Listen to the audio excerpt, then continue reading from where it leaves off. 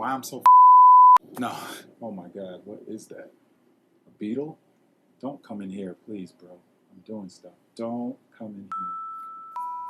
I see a full-on freak out on camera if that fool comes in here. Woo!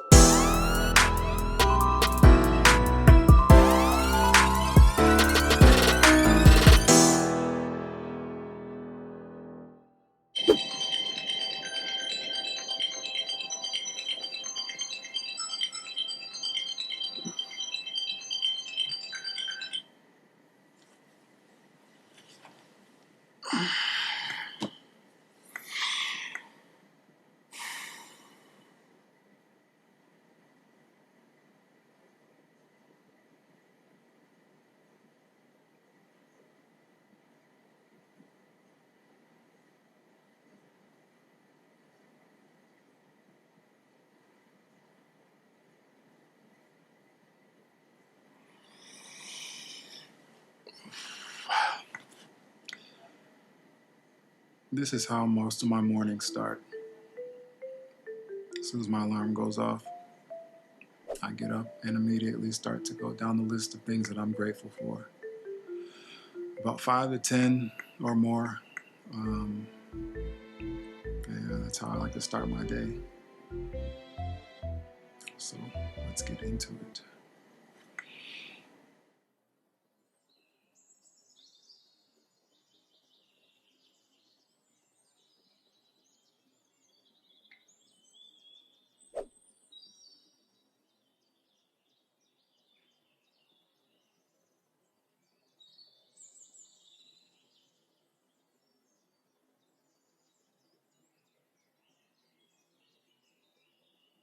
What's up, YouTube? Welcome back to the channel. Just finished my meditation for the morning, as you can see. So today, what I'm going to share are some of the things that have helped me stay sane during this pandemic. Not only just get through, but also has helped me to grow during this pandemic as well. And I want to share that with you because what better way to share what I've learned than here in beautiful YouTube with you beautiful people.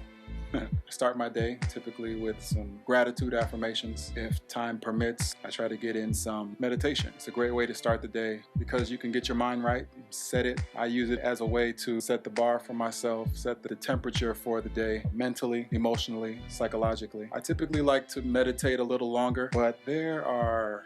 You see I'm moving around. I don't like ants. Ayoko magalanggang. So I'm gonna head in, continue my morning routine with something that I like, which is mirror work. Before I go into the mirror work, I want to go back to the gratitude affirmations, things that I'm grateful for in the morning. Why do I do that? Because it primes your brain for the good. Look for the positive things that are happening currently in your life. And it's really helped me, instead of starting the day thinking about all the things you got to do, like my agenda for the day, whatever stresses that are going on in my life. That way I can start my day being grateful and being thankful. And so now my mind is looking for those things that I can be grateful for and be thankful for. And I think it's powerful because if you're like me, you've dealt with a lot of negative things in unhealthy ways. I've been the type in the past to like harp on the things that aren't going well, feel the weight of things that I don't really care for. Once my mind started shifting into more of a gratitude mindset, I started to feel a little lighter.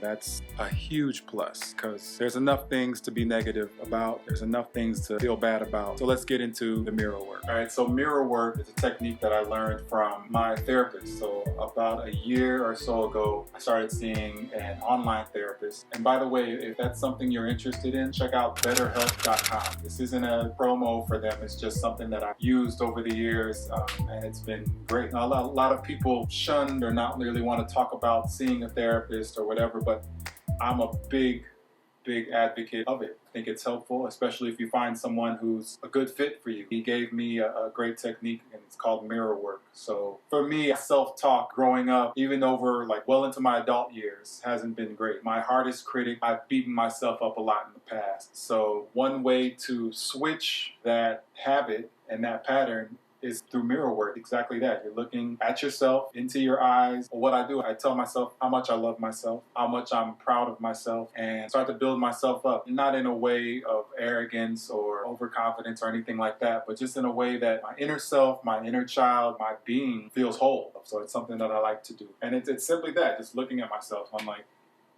first thing, I'm coming in the bathroom, I wash my face, and I'm like, hey man, I love you, I'm here for you, I love you regardless, I love you as you are, I'm proud of you, keep growing, keep rising, and we're gonna do this together. So that's pretty much how it goes for me. Corny, maybe, whatever, but for me it's helped a lot. Because now I'm noticing that my inner talk is much more healthy. It's always good to feel good about yourself. I wasn't taught these types of things growing up. You have that similar background where you weren't told some of the things that you wish you were told. You're loved, you're accepted as you are, and that you didn't have to perform to be of value. And this is something for you. This is something that's been big for me, and it's definitely helped me throughout this pandemic. So give it a try. So mirror work is done. Another tool that has been big for me is just reading. So it's funny for me, I didn't like to read. I didn't start enjoying reading and educating myself until after I graduated from college. It's weird how life works that way, but for several years now, I just enjoyed reading. In particular, actual books like pages. I like feeling the pages. I'm old school like that, I guess. I'm not a big ebook reader. I'm not a big audiobook guy unless it's a book that I really just want to check out and digest. Right now, I am currently rereading Deepak Chopra's The 7 Spiritual Laws of Success. It's a great book. One of my favorites, and it's one of the ones that has really helped me redirect some things, especially when I was retired for some time and really trying to figure things out. This book really gave me some insight on how to get my mind right. All right, so if reading is your thing, I'd say pick that one up. Another book that was huge for me this past year was called Undefended Love. Talks about just how to deal with the triggers, our triggers, how issues surface, internal issues, past issues. The two doctors, the authors of the book, they share a lot of their sessions because they do a lot of couples therapies. It's the individual work within the couples is really what makes the relationship work. You ever just sitting there sometimes and then stuff just pops into your brain? You could be watching Netflix, you could just be sitting there in silence and then something just 10 years ago just pops up and you're like, and then you're boiling over. I've done that a lot over the years, and so this book really helped me to not run from it, but allow me to really work through it in a more healthy way. Another very powerful book this past year that I read was The Power of Now by Eckhart Tolle. I've talked a lot about the power of just being present, and the importance of being present, and that book had a lot to do with it. Actually, when I picked up the book for the first time, I heard about it for years already, but like they say, books like that, and some things just come into your life when you're ready for it. They say when the student is ready, the teacher appears. Around the time when I picked up the book for the first time, I was in that realm of trying to be present for myself, let go of the past and not worry about the future. And it really confirmed a lot of things that I was feeling, reaffirmed, and taught me a ton about how to be present, the importance of being present. If that's something you need, check it out. Again, with all these books and everything that I shared so far, it's not a promo, it's just something that has impacted me and I want to share the tools with you. If you're a reader, even if you're not, pick up a book. It can't hurt. All right, so showered, I'm clean. Trust me, I'm clean. Don't worry about it. One of the things I like to do at the end of the day is, can you tell that coffee's kicking in? So I start my day with the gratitude affirmations. End of every day before I go to sleep, I open this. Now this is my gratitude journal. Started keeping one around the beginning of this year. And I've had diary type of journals before, but I've never kept it up. It'll be like a couple of weeks and then it kind of just dies off for one reason or another. I challenged myself because it's for a good cause. This whole past year during this pandemic is about rewiring for me and kind of dive deep into myself. Why I'm so no, I mean kind of, but just so I can start to do things a little more healthier, because wellness, as you know, is more than just working out and what you eat. It might just say, I ordered burgers today. It'll say I ordered pizza. It made me feel good. I FaceTimed my sons. Did my gratitude affirmations. I did my mirror work. And so I challenged myself to keep this. This is by far the longest that I've kept one.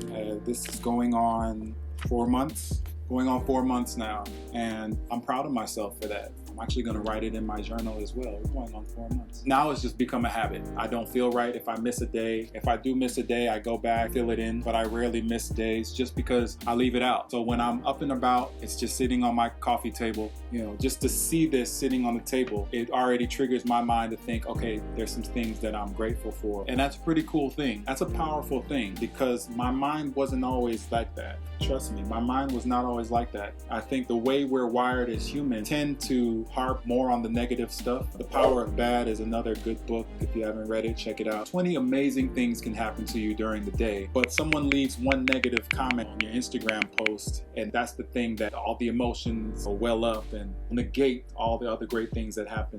From what I'm learning, the more I'm conscious of the positive and wiring my brain to a subconscious level of wanting to find the positive things in my day and in my life, the less I'm thinking about or even give attention to those negative things. I'll challenge you, 21 days. If you don't already have a gratitude journal, get something. Just write down 2, 3, 4, 5 things from your day that made you feel good, that you're grateful for. No one needs to read it, so it's for you. So yeah, that's my gratitude journal. Another thing that I've done in the past, no lie, I have about maybe 12 random notebooks just floating around my place of random journal entries. Because I've tried so many times in the past to keep a journal. Before I wrote my first book, I was pretty diligent in keeping a journal. But now I'm challenging myself to keep a daily journal. So this is my daily journal.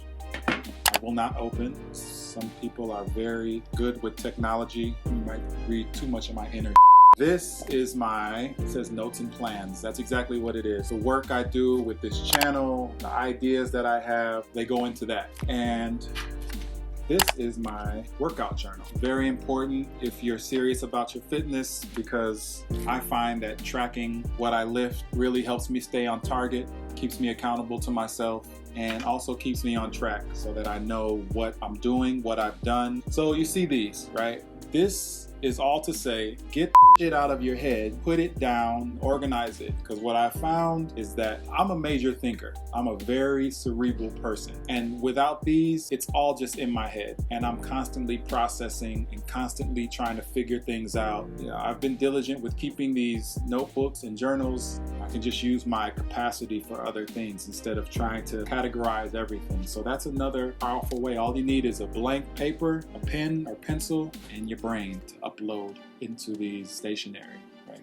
So that's pretty much it for me. That's what I do. This is a daily thing. Hopefully you got something from it. Like I said, these tools have been so powerful for me, especially in this past year with this pandemic. I get messages almost every day of how people are going through their different things, family, friends, and even from people I don't even know. And a lot of it is mentally, emotionally, psychologically. I feel for them because I was there as well. I'm impacted just the same way. And it's hard some days, but this is why I do this. This is why I'm big on staying active, because it changes your physiology, it changes your mind. The endorphins help with when you're feeling low, and these other tools help with the more internal stuff. You don't have to be running all the time or lifting all the time. You can be just doing this work and incorporating these things into your daily life little by little. If you don't already do these types of things, I'm challenging you for 21 days. Start your gratitude journal, do some mirror work, whatever you might resonate with, please try it out. Because I know how difficult these times are, and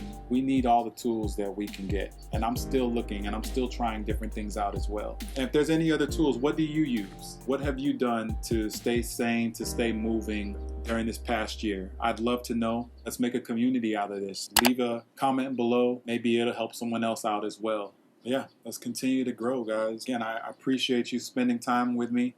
That's all I got for you. It's a beautiful day out, but I cannot go out and about yet. Enjoy it if you can. Hug your loved ones. Tell someone you love them. Tell someone you appreciate them. Tell yourself you love you. Tell yourself you appreciate you and you are proud of you. If you haven't checked out the past videos, check them out. Like, subscribe. Again, I really appreciate you taking your time to be here with me.